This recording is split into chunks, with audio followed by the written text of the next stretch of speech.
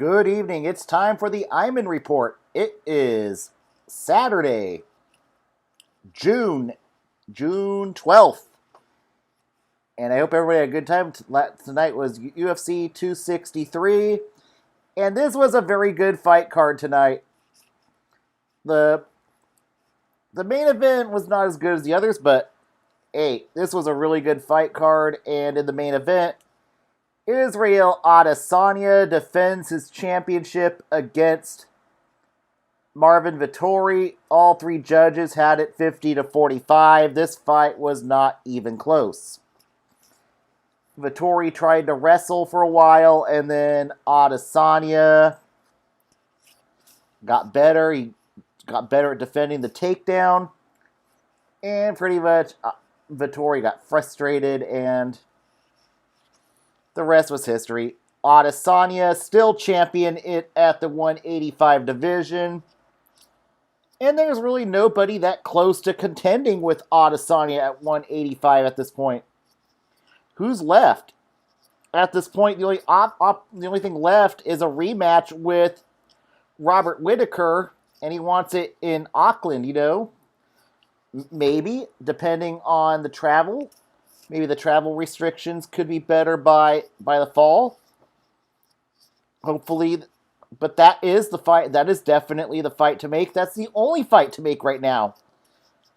Pretty much Adesanya has cleaned out the 185 division.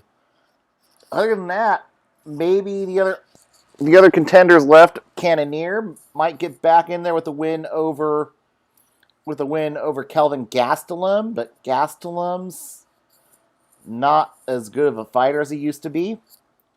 Maybe Darren Till if he gets over Derek Brunson. Derek Brunson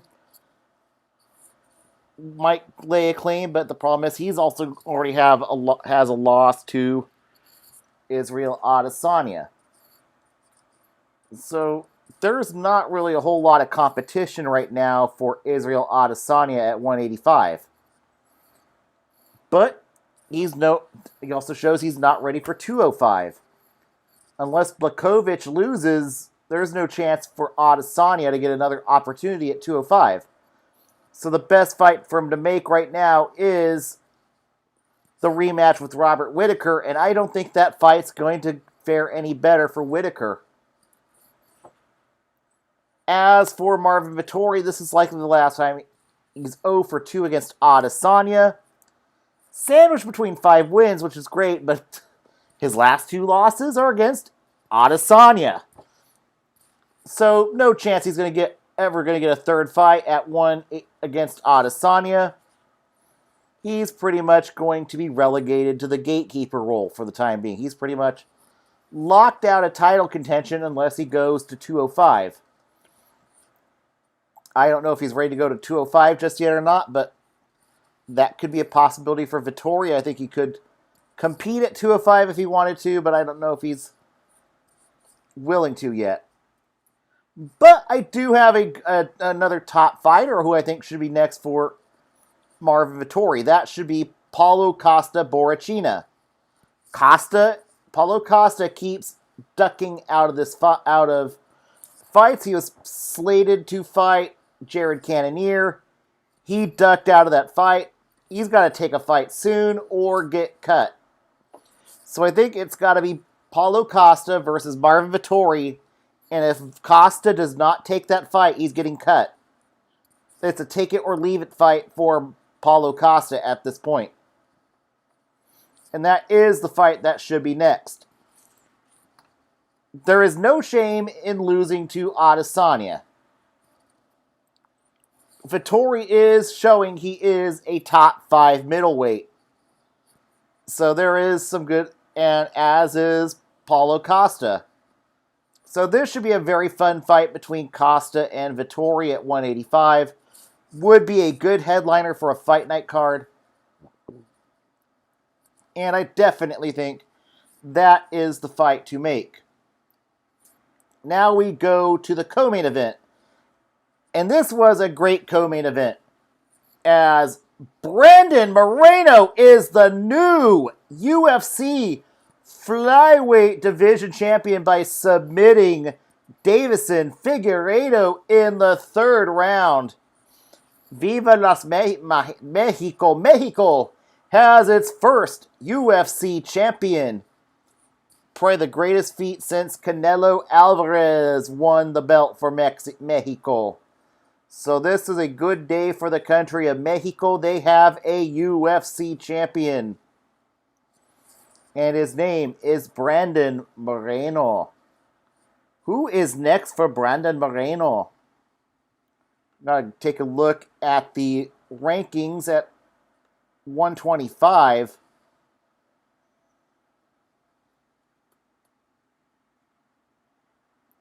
Perhaps a rematch with Askarov.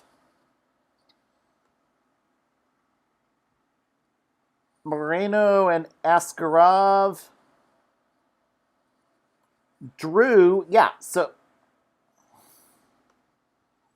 they had a split draw back in March. No, not March. Back in 2019 in Mexico City. So that would be, I think I really like that idea of a rematch between Askarov and Moreno. That would be a very fun fight. That is who should be the first title defense for Brandon Moreno is Askarov in Mexico and maybe in Mexico. That would be fun to get a UFC pay-per-view card in Mexico, hopefully by the end of the year. If not, early next year, it'd be fun to see a fight in Mexico. So that's who I'm going to go. Askarov versus Moreno should be next. As for Davison Figueiredo, I think his next fight should be at 135. Figueiredo did not look great had a weight cut. He has definitely had a lot of issues making 125. So I do think what is best for Davison Figueiredo is to maybe fight Cody Garbrandt at 135. I think that would be a very fun fight. It would get a good gauge on where Davison Figueiredo is at 135. And Cody Garbrandt is showing he is nowhere near being a contender anytime soon at 135. So book Figueiredo and No Love Garbrandt at 135. See if Figueiredo can be any sort of a contender at 135. That is what should be next. Now we go to a very fun welterweight bout between Leon Edwards and Nate Diaz. Oh, that was fun. But also shame on the fans for booing Leon Edwards. That was shame. I've had a lot of issues with the fans tonight. Booing shit that should have not been booed. And this was one of them. This was a very good fight. Very entertaining fight. Edwards pretty much owned the first. I had it 48-47 for Leon. But for the most of the fight, except for round 5, Leon Edwards was in control of this fight. And then, yeah, Edwards got gassed in round 5. And Nate Diaz almost got the finish. Nate Diaz still show he is a BMF. Hello, BLN. How's it going tonight? Yes, he did fight well. Leon Edwards fought really well. But Nate Diaz still proves it for 209 that he is a BMF. But for Leon Edwards, this is 10 wins in a row. Leon Edwards' next fight is a title shot. It can't be anything less than a title shot is what should be next for Leon Edwards. He gets dibs between the winner of Kamaru Usman and Colby Covington. Everybody knows it's probably going to be Kamaru Usman at this point, so that is going to be a fun fight there. And you know what? Maybe give Nate Diaz the loser of Colby Covington and Kamaru Usman, especially if it ends up being Colby Covington. that would be a fight that would really draw eyes in the UFC. That could be a good 5-card pay-per-view non-title fight if it ends up being Covington and Diaz. That would, but everybody will. Nate Diaz, he is pay-per-view. All of his fights demand pay-per-view money. Nate Diaz is always going to be an entertainer. Whether or not he wins a title, I don't think so. But he's always going to be that entertainer. So definitely that is what should be next. But I think that the winner gets. But that's what I'm going to go with. The winner of the title fight between Covington and Usman gets Edwards. The loser gets Diaz.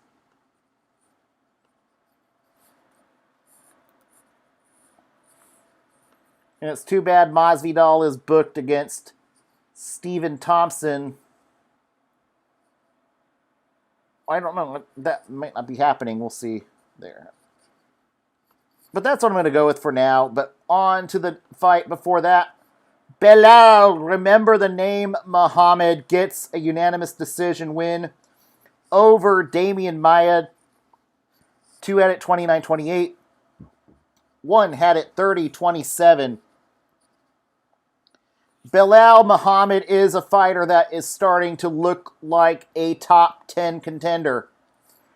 He hung in okay with Leon Edwards, but now he fought somebody a little lower in Damian Maia. Maia no slouch on the grappling department. Belal Muhammad defended the takedown really well tonight. Muhammad is really starting to show he is a top 10 fighter. And unfortunately, though, a lot of the other fighters are probably going to get booked at the 170 division, who is ranked higher ahead of him, with Luque and Chiesa likely going to fight each other really soon. What I think could be next for Belal Muhammad is a fight against Neil Magny. Magny, definitely not a contender, but he is a top 10 gatekeeper. Definitely would give Belal a really good test to see if Belal is a legitimate top 10 fighter. As for Damian Maia, he has had a long career in the UFC. I think retirement is what should be next for Damian Maia. Damian Maia has lost. Okay, he is 3-4 in his last 7. But his wins are over fighters like Ben Askren, Anthony Rocco Martin, and Lyman Good. Not exactly great company, per se.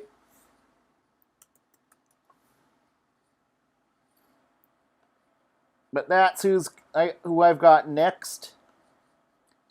And in the opener of the pay-per-view card, Paul Craig beats Jamal Hill in an armbar where, sadly, the arm got dislocated by Jamal Hill.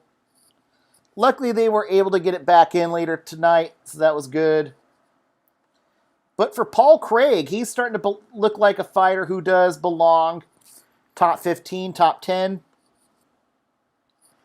Paul Craig has wins over Shogun, Antigulov, Moreira. He's won 4 in a row with. He's won 4 and has a 1 draw. He's on a 5-fight win. On a 4. Can you say a 5? He's gone 5 fights without losing. We'll just put it like that.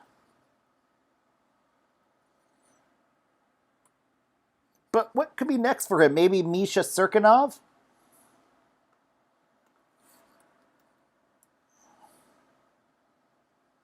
I'm going to check Tapology here.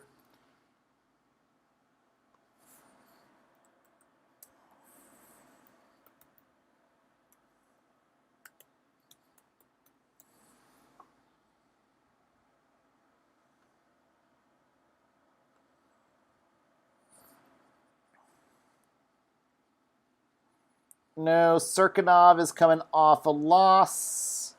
So no, I'm not going to put him against Serkinov. perhaps the winner of Ryan Spann and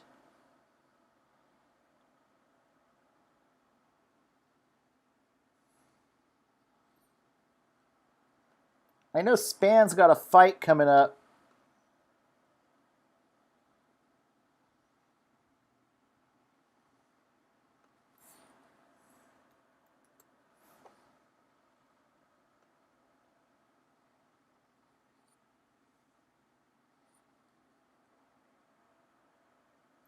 Okay, he's fighting the winner. The winner of Anthony Smith and Ryan Spann is what should be next for Paul Craig. I think Craig is definitely deserving of a step up in competition. I think that would be a very fun fight. As for Jamal Hill, that is his first loss in the UFC. I don't think he should take that much of a step down. I think Jim Crute is what should be next for Jamal Hill. Now we go to the prelim card, and the top fight of the prelim card was what I think was fight of the night. Brad Riddell against Drew Dober. Riddell gets the win over Dober in a very close fight, razor-thin decision. All three judges had it 29-28 for Riddell. Riddell showing he is a top 15 fighter. So I do think he's going to get another step up in competition.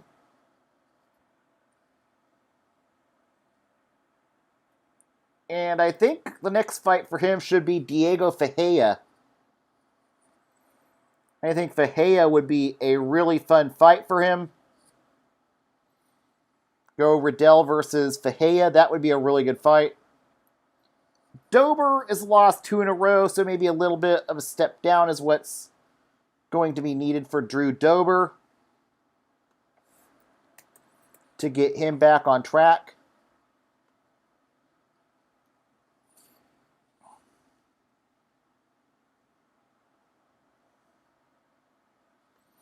But he hasn't exactly lost to slouches either. Islam Makhachev, not a slouch. Riddell, no slouch.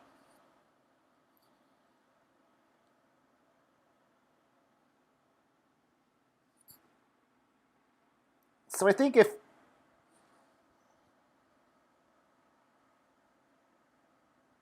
maybe the loser of Gamrot and Jeremy Stevens, or the loser, I'll go with this one. The loser of Vince Pichel and Austin Hubbard is maybe what should be next for Drew Dober. Get him maybe a step down in competition, get him a win. Next fight on the docket after that, Eric Anders beats Darren Stewart in the rematch. I think Anders avoided getting cut tonight. He was definitely in jeopardy of being cut with a loss.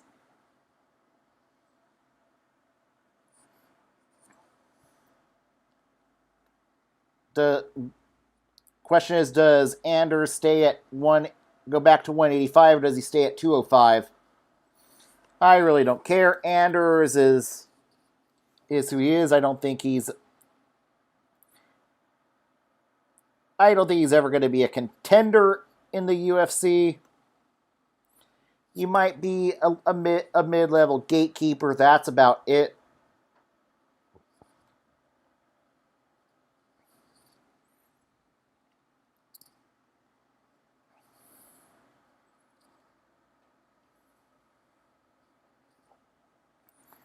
I'll give him the winner of Phil Hayes and Darren Wynn. That's what should be next.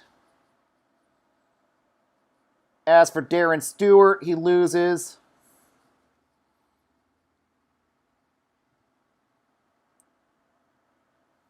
I think next for him should be the loser of Wellington Turman and Bruno Silva.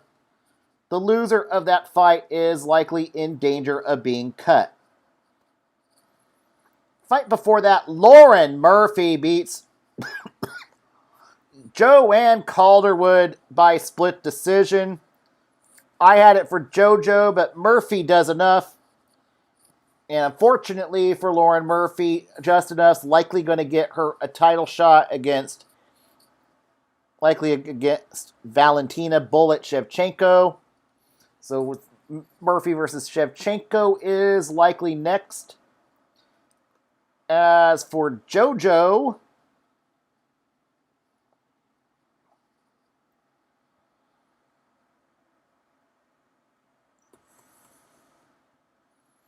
JoJo ranked number 6.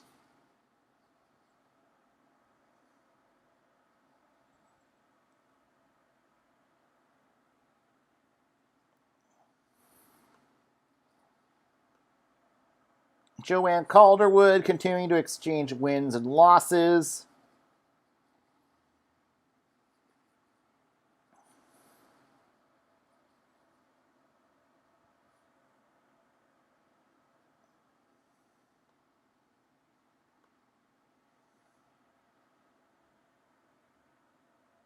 Maybe Roxanne Modafferi. Question is, has she fought Modafferi?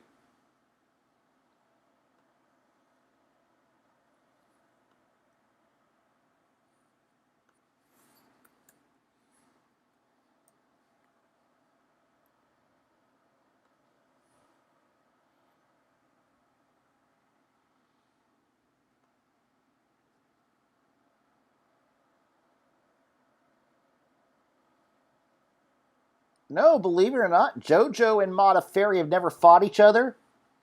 So I think I'll go with JoJo and Modafferi next. That's what should be next. And in the opener on the ESPN prelims, Movsar Evelev beats Hakeem Dawodu via unanimous decision. Evelev was dominant. Looks like reminds me of a young fighter by the name of Khabib Nurmagomedov. What should be next for Evelev?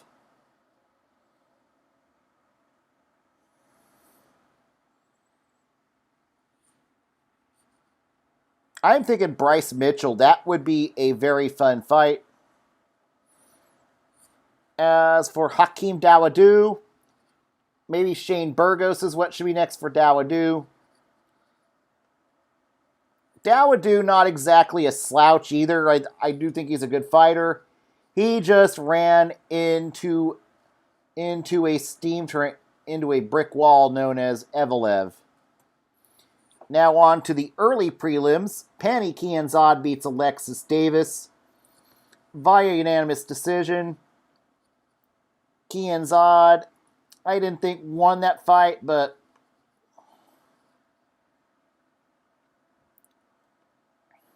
what do I know? Kianzad ranked 11th.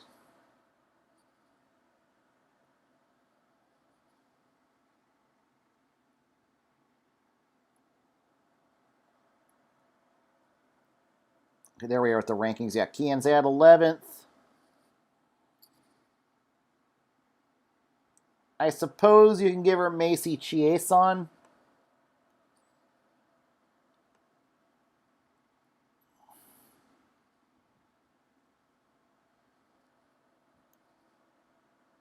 She has won 4 in a row. Yeah, I don't know if she's lost to Chiasson, so I'm not. Okay, she has fought Chiasson, and that was a loss, so we're not gonna go with that one.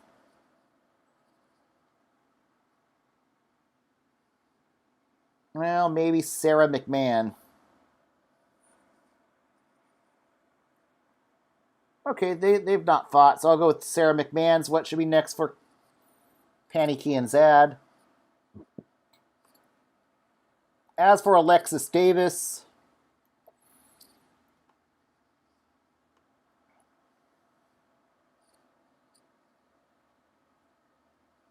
Davis is 1-4 in her last 5. That is likely going to put her in jeopardy. I think retirement is maybe what should be next for Alexis Davis. She's been in the UFC for a long time. I think retirement is her best option. Fight before that, Terrence McKinney. Likely going to net 75 Gs for that knockout of Matt Frivola. And what a welcome to the UFC for Terrence McKinney.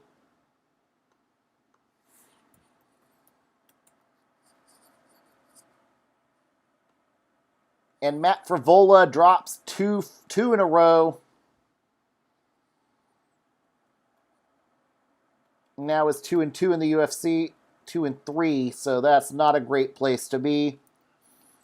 Could put him in jeopardy in his next fight. But what is next for Terrence McKinney? I think the winner of Guida and Madsen's what should be next for McKinney.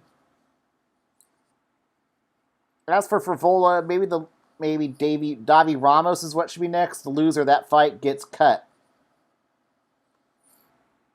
Steven Peterson beats Chase Hooper via unanimous decision. Peterson was dominant in this fight. Chase Hooper looks like a fighter. Is just a young fighter. I think he's got a future, but I do think maybe the regional circuit is what should be next for Chase Hooper. As for Steven Peterson, see where he's ranked on Tapology. Peterson's won 2 in a row.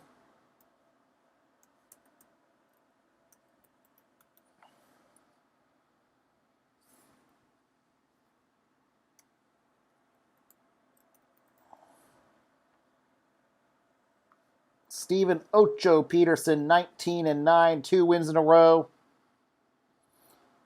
Now ranked 81 according to Tapology.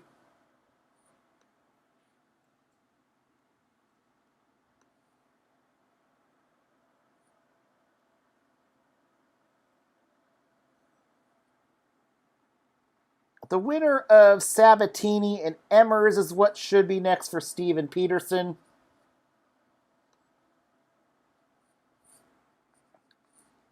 At lightweight, Farizayam beats Luigi Venderamini via majority decision. 2 had it 29-28 and 1 had it 28-28. Zayam now 2-1 in the UFC. What should be next for Zayam?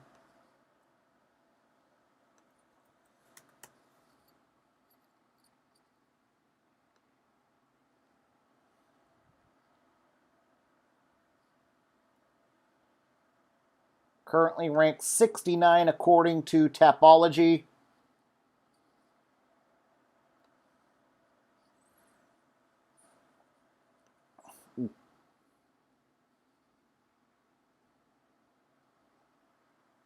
So I think a fight with Gabriel Benitez is maybe what should be next.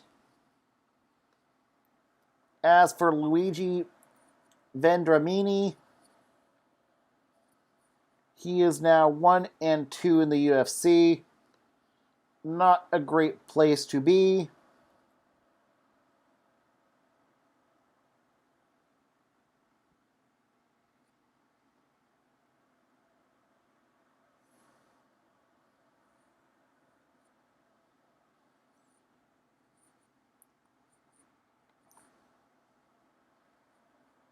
Maybe the loser of Rafa Garcia and Chris Gruetzemacher is what should be next. And in the opener, Carlos Felipe now 3-1 in the UFC. Getting a win over Jake Collier. What is next for Carlos Felipe?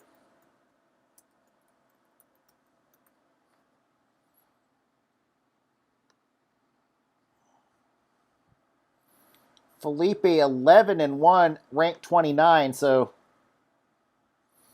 he is actually starting to climb in the rankings a bit. Very entertaining fighter.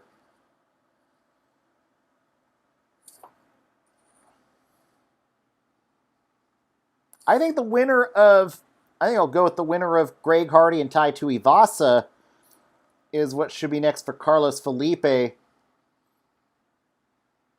And as for Jake Collier,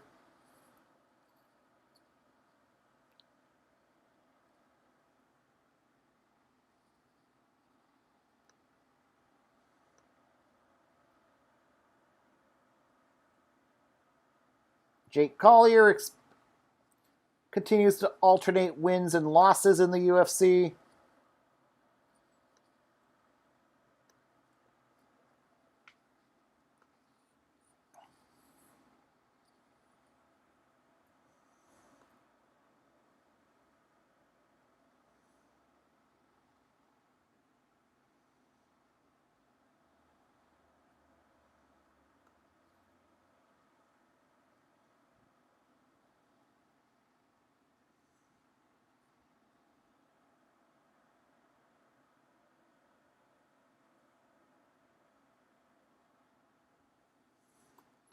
So maybe the loser of Parker Porter and Chase Sherman's what should be next for Collier. That will put a bow on UFC 263.